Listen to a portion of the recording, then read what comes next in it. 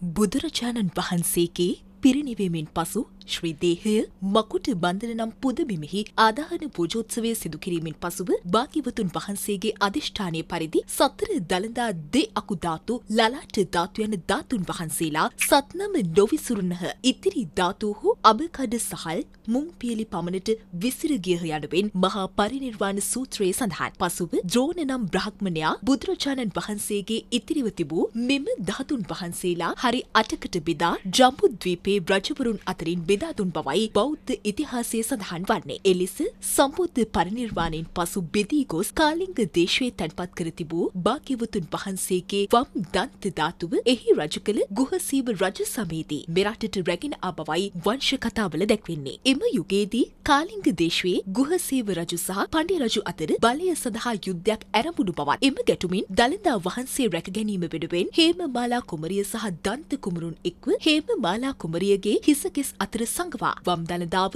මෙහි රැගෙන ආ බව දළදා සිරිතේ දැක්වෙනවා. ඒ අනුව හේමමාලා කුමරිය සහ දන්ත කුමරුන් විසින් මෙරටට වැඩමවන ලද දන්ත ධාතුව ක්‍රිස්තු වර්ෂ 310 දී ලක්දිව රජු කළ ශ්‍රී මේඝවර්ණ රජුට බාර කර තිබෙනවා. ඒ වන විටත් බුද්ධ ධර්මයේ රාජ්‍යයේ ආගම ලෙස පැවති තත්ත්වය යටතේ දළදා වහන්සේ මෙරට රාජ්‍යත්වයේ සංකේතයක් බවට පත් වුණේ නිතැතින්. දළදාව මහත් හරසරින් පිරිගෙන පෙරහරින් වැඩම කරවා පුද පූජා පවත්වා ඇති ශ්‍රී මේඝවර්ණ රජු දළදා පෙරහැර ආරම්භ කර එය අඛණ්ඩව පවත්වාගෙන යාම සඳහා විධි විධාන යෙදූ බවද දළදාව සම්බන්ධ ඉතිහාසයේ දැක්වෙනවා. ඒ සමගම එතැන් සිට දළදාවේ ආරක්ෂාව දළදා පෙරහැර පැවැත්වීම රජුගේ හෙවත් රාජ්‍යයේ වගකීමක් ලෙස තහවුරු වුණා. අනුරාධපුර රාජධානිය බිඳවැටි මෙරට රාජධානි පොළොන්නරුවට දඹදෙණියට කුරුණෑගලට යාපහුවට සහ කෝට්ටේට විතැන් වෙද්දී රජවරුන් රාජ්‍ය අතහැර සැඟවී පලා යතීත් දන්ත ධාතුව නිසි ගෞරවයෙන් යුතුව රැකගැනීමේත් දළදා පෙරහැර අඛණ්ඩව පැවැත්වීමේත් වගකීම ඔවුන්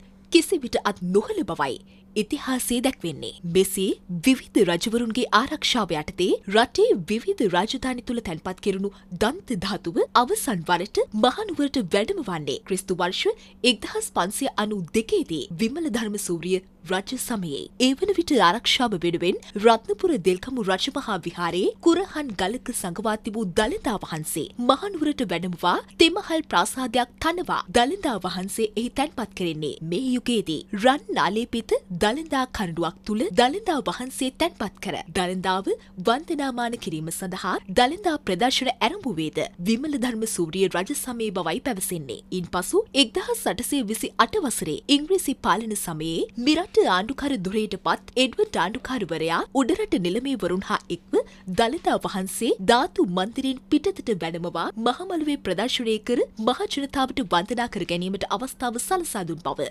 ඉතිහාසයේ සඳහන්. බටහිර ජාතීන්ට යටත්ව සිටි සමයේත් ඔවුන්ට එරෙහිව කැරලි කෝලාහල මතුවී රට තුළ සිවිල් ගැටුම් පැවති සමයේත් දළදා වහන්සේගේ ආරක්ෂාව සම්බන්ධ විධි විධාන ඉහළම ප්‍රමුඛතාවයෙන් යුතුව ආරක්ෂා කර ගැනීමට මෙරට පාලකයින් කටයුතු කළා. දළදාව රාජ්‍යත්වයේ සංකේතයක් ලෙස සැලකීම මෙන්ම දළදාවේ ආරක්ෂාව රාජ්‍යත්වයේ වගකීමක් ලෙස පැවතීම දළදාව මෙහි රැගෙන පැමිණි තැන් සිට අද දක්වාමත් පවතින්නක්. එසේම බලය ලබා ගැනීමටත් ලබාගත් බලය රැක ගැනීමටත් අතීතයේ සිටම දළදාව යොදාගත් බවත් රහසක් නොවේ. ඒ සියලු විසංවාද අතරේත් දළදාව අපේ බෞද්ධ උරුමේත් අපේ සංස්කෘතික සම්ප්‍රදායෙත් අග්‍රස්ථානයේ බවට විවාදයක් නැහැ.